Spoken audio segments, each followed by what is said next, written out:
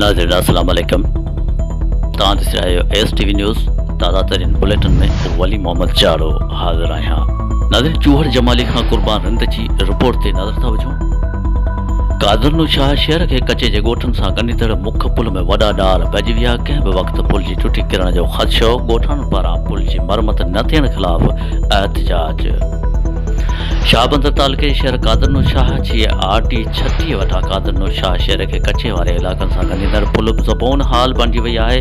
पुल जी मुरमत न थियण करे पुल में वॾो खॾो पइजी वियो आहे, जंहिंजे करे पुल जी टुटी किरण जो ख़दशो वधी वियो आहे। उन हवाले सां कादरनू शाह जे रहवासियुनि कादरी मेमण, हाजी बारण, मूसा मल्हा, अक्कू सोलंगी ऐं ॿियनि सख़्तु एहतिजाज कंदे चयो त पुल जी मुरमत न थियण करे पुल जी हालत इंतिहाई ज़बून थी वई आहे। कंहिं बि वक़्तु किरी सघे थी, जंहिंजे करे जानी माली नुक़सान थी सघे थो। असां केतिरा भेरा वसवारनि ऐं इख़्तियारनि खे दांहूं ॾिनियूं आहिनि, पर केर बि ॿुधण लाइ तयारु कोन्हे। हुन मुतालबो कंदे घुर कई आहे त कादरनू शाह जी पुल जी मुरमत कराई वञे, ॿी सूरत में सख़्तु एहतिजाज जारी कयो वेंदो।